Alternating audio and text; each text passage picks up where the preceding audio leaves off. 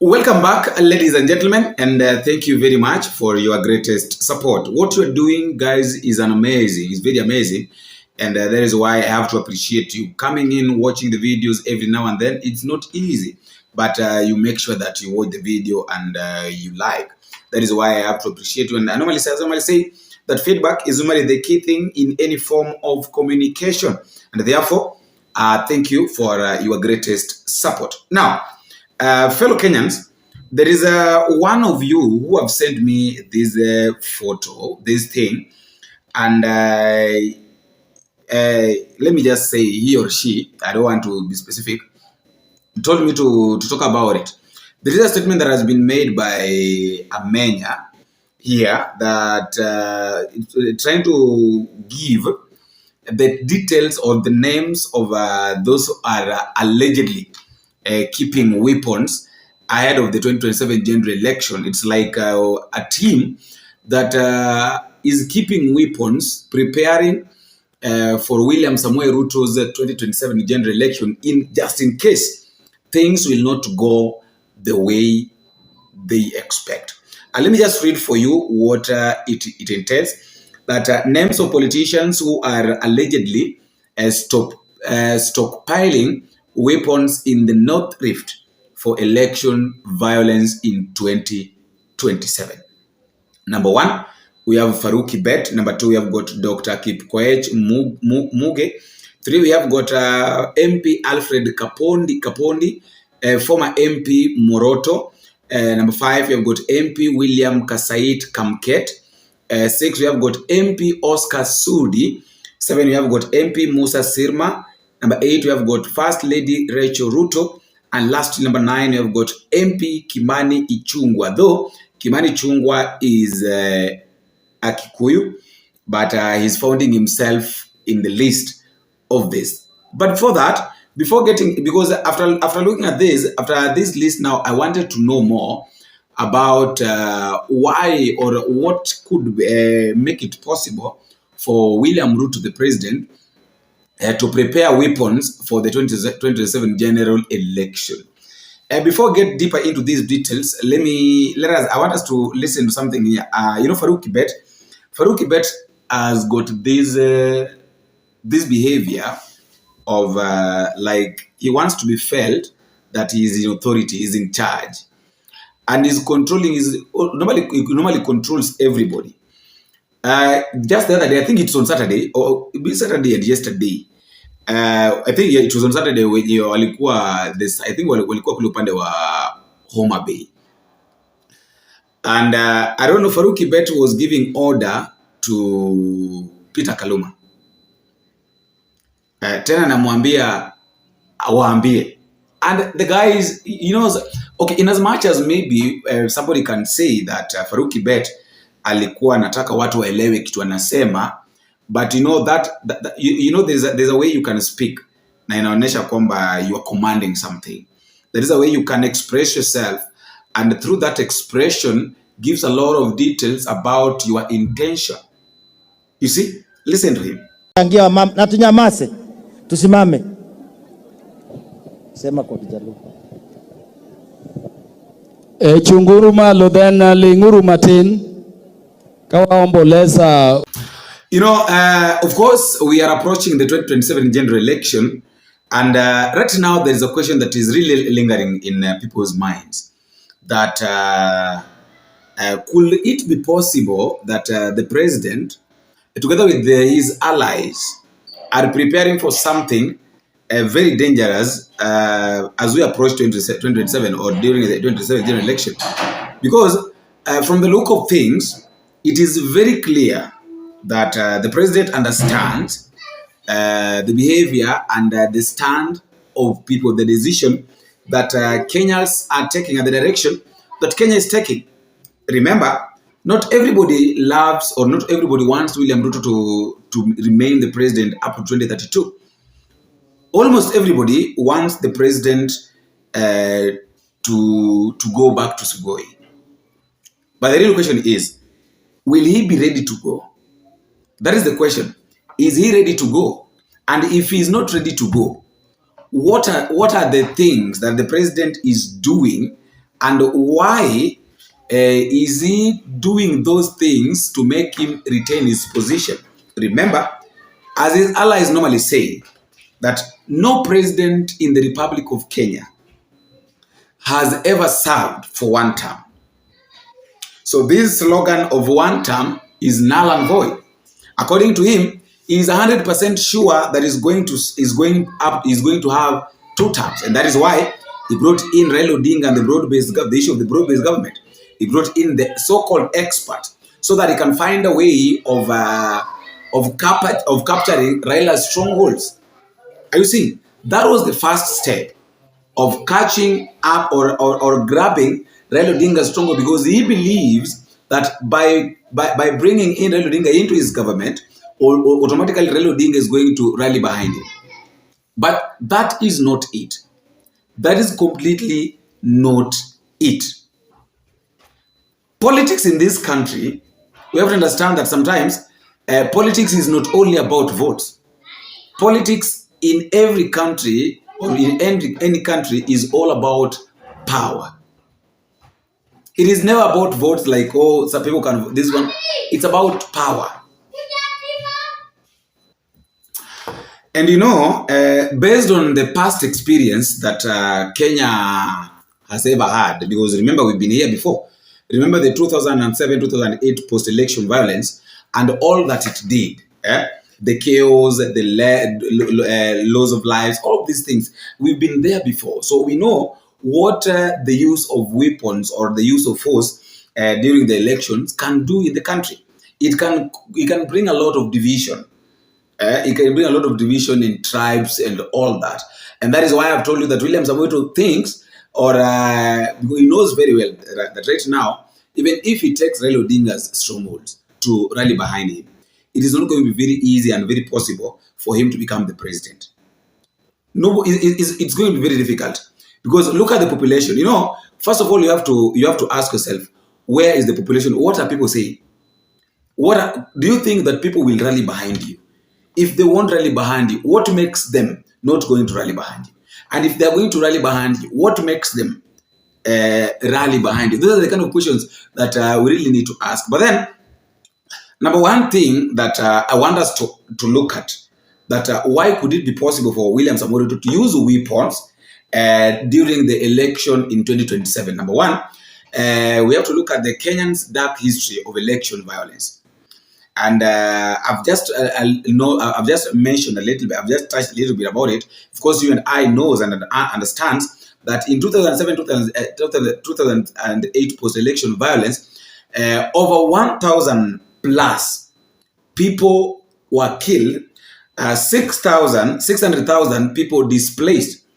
There are a lot of weapons that were used, and not just machetes. Remember, you could walk on the streets na unaona jinsi ambavyo hata ng'ombe inakatwa. I remember nilikuwa mdogo sana, and I saw the way watu wanafungulia ng'ombe hivi, ng'ombe zafunguliwa, and then the cow is walking.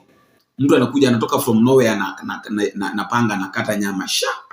So what was funny is that hii ng'ombe yenyewe inaisha inabaki mifupa, lakini bado iko hai inatembea. So everybody comes and cuts the portion. Everybody was cutting their portion as the cow is walking. These nguruwe, the pigs, kuku, nini, like there was chaos, distraction everywhere. Everything was distracted. So I really don't know how we can be in a position to counterattack these things, or how we can be in a position to prevent all these things from happening. Remember the same thing in 2007-2008. It even made some of the prominent leaders to go to ICC. Uhuru Kenyatta went to ICC. William Samoei Ruto went to ICC. And going to ICC really proved how serious post-election violence was.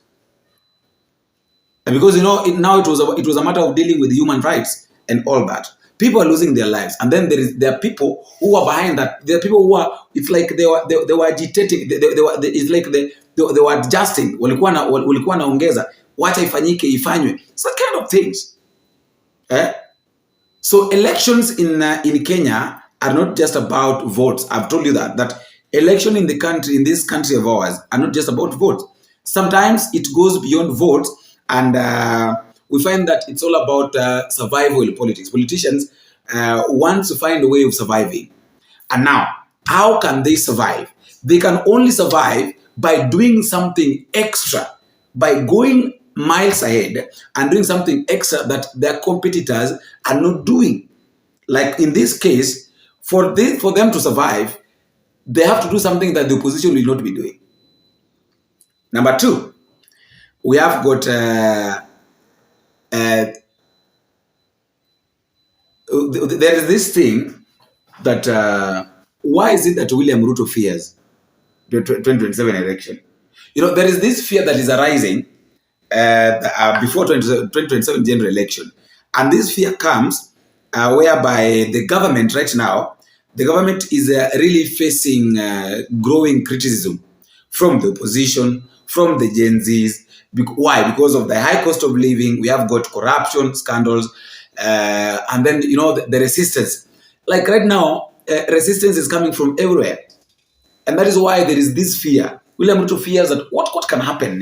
His allies, they fear that what is going to happen in 2027. Like what do we expect? What can we expect? So if this thing is going to happen this way, why can't we prepare ourselves this way to counterattack these things? People are crying, corruption everywhere, high cost of living. You look at all this criticism, and then now we have got the opposition, the one term, Rigathi Gachagua and his team, Rigathi Gachagua, Kalonzo Musyoka, Martha Karua, people like Eugene Wamalwa, they're like, oh, one term. So, and the Gen Zs are also singing one term. In fact, the Gen Zs are neither singing one term nor two term. The Gen Zs, but hawajasema what they want. But then the truth of the matter is, Gen Zs cannot accept to work with William Ruto. They can't. Now, another thing is the issue of, if at all, I wanted to look at this thing this way. Why do I feel that this thing might be real? Number one, Ruto knows very well, the president himself knows very well that his popularity is dropping. And once his popularity is dropping, there is this suspicious growth that he might rely on. He might not rely on the votes. Let us look at this thing this way. Ruto is the president, right? So being that he is the president, and he knows very well from the look of things, ground and all that, he knows very well that at this point, depending solemnly on the votes of Kenyans, is not going to work. So he must look at what can I do? He must go like, what can I do to make sure that in as much as maybe I might depend on these votes, but because automatically he knows that these votes cannot do anything. Kura za Wakenya, Ruto anajua vizuri kwamba hakuna kura ambayo anaenda kapata. And remember, Kenyans knows very well how quickly peace can collapse when leaders panic about losing power. That is it. We know very well how quick it can be. Now this peace can collapse very fast, and can make leaders panic. Leaders can really panic after knowing very well that they're going to lose the election. That is it. And then also, we need to ask ourselves that what do we do? What to do? Should we prepare for? Should the preparation of weapons look like? How? Number one, okay, how is William Ruto preparing for this thing, like having the weapons and all that? Number one, there is this issue of the state security misuse. Talking about the state security misuse, here now is when we are coming with the issue of the military deployment, whereby the military might be deployed all over the street and everywhere just to make sure that people toe the line. Towing the line in which scenario? That people don't counterattack William Ruto. Number two, talk about stockpiling. Now, the stockpiling, It's about the preparation of riot gears, things like the tear gas, the live immunion under security operations, all that. And also the militias and the private armed groups. We know and we've seen that there is a militia that is being formed. People like the Kop Shaku, we don't know who they're working with. We just heard them saying that they're going to vie for they also want to, they're also interested in vying for the presidency. I don't know who is going to elect them, but I do feel that, you see these small groups that are rising. Somebody like Boniface Mwangi saying that he wants to vie for is declared his presidential candidate. He wants to vie for the presidency. We have got people like Kop Shaku. Those kind of people, you see those small groups. If you try to do a little bit of trace, you'll come to find out that there is somebody behind them. Like literally, there must be something or somebody behind them, really helping them, or maybe pushing them to do such kind of thing. And then also the issue of the community arming, whereby the local ethnic groups preparing for defense when tensions arise. Local groups like we have got Luos. Let us call them Luos, Kambas, Kikuyus, Kalenjins, Masai, Turkana, Kisii. They also have their own groups, just in case. They're like, just in case anything happens, how prepared are we? And we also need to ask ourselves that why a sitting president might be tempted to do such kind of things. Number one, a sitting president might be tempted to have weapons because of four things. Number one, if the president fears losing power. That is the key thing. Number one, it might be because he fears losing power. Number two, when you try to look at the weak institutions, especially talking about the institution, we have got the IBC, and of course we know very well that if the IBC is not on your side as a leader, you have to find ways of making sure that you counterattack that. And however, the issue of the ethnic polarization. The ethnic polarization, look at what is happening right now. The people of the mountain cannot rally behind William Ruto anymore. They're also looking for their own candidate. They're also asking themselves that who can we rally behind? And of course, when politics turn now tribal, weapons become tools of survival. Yes, we cannot elect this guy because he's not a Kikuyu, he's not a Luo, he's not a Kamba, he's not a Kalenjin. So what is the best thing that the sitting president can use? Weapons. And then also the issue of the mass protest. Talking about mass protest, we saw back in 2023 the demonstrations that were done by the Asbiola Umoja, and then coming in 2024 we saw the demonstrations that were done by the Gen Zs. All these were done to send an alarm or to alert the sitting president or the leaders that things are not as normal as they normally think they are. So that mass protest, just in case, that one is just a just in case thing. And the last one is this question that we really need to ask ourselves: that is there any consequence? Like, do we have consequences? Are there consequences of weaponizing the elections? Yes, there are. There are a lot of consequences of weaponizing the elections. Consequence number one: we might have the domestic collapse, whereby when you try to look at 2007 violence crippled the economy, displaced families and destroyed trust. If we go back to that route again, we might have the same thing: destruction of properties, crippling economy, and trust, displacement of families and people. Number two, we might have the international backlash, whereby the ICC investigation, sanctions, loss of donor support, all those things. Also, investors' flight. No, when chaos happens, of course, there will be no businesses thriving because of there is no business can thrive in a war zone. And Kenyan economy solely depends on these investors. So if we have war in the country, and then now these investors decide that, okay, we can't continue staying here, they are going to fly.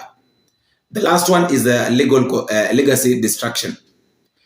Any president who chooses violence will go down in history as the one who broke Kenyan democracy. The question is the president ready for that? But do we really have, is there any alternative of this violence? Yes, there are. There are around 4 alternatives. If we don't want this, if we really don't want this violence, that what is it that we're supposed to do as a country? Number one, we must strengthen IBC reforms and transparency. There must be strength in IBC reforms and transparency. Number two, there must be encouragement. People must be encouraged on peaceful political competition. The third one, there should be building coalitions that reflects Kenyan diversity rather than ethnic blocks. And the last one, the issue of independence court and civil societies watchdog to protect the votes. That one is very much important. Now, as I give you chance at the comment section, guys, to also tell me what you think, let me ask you this question. The fear that William Ruto or any sitting president might prepare for any sitting leader might prepare for weapons for the 2027 is rooted in Kenyans' painful trust. But history also warns us, violence only destroys. The true weapon in 2027 should be ideas, policies, and the will of the people. Do you really believe that where we are as Kenya, as we move, we've really gone past the issue of the use of weapons, like the weaponized elections and all that? And if we've moved past that, what is it that the sitting leaders, the sitting president and the leaders are supposed to do to make sure that we don't go back to that same route? Let me know what you think in the comment section.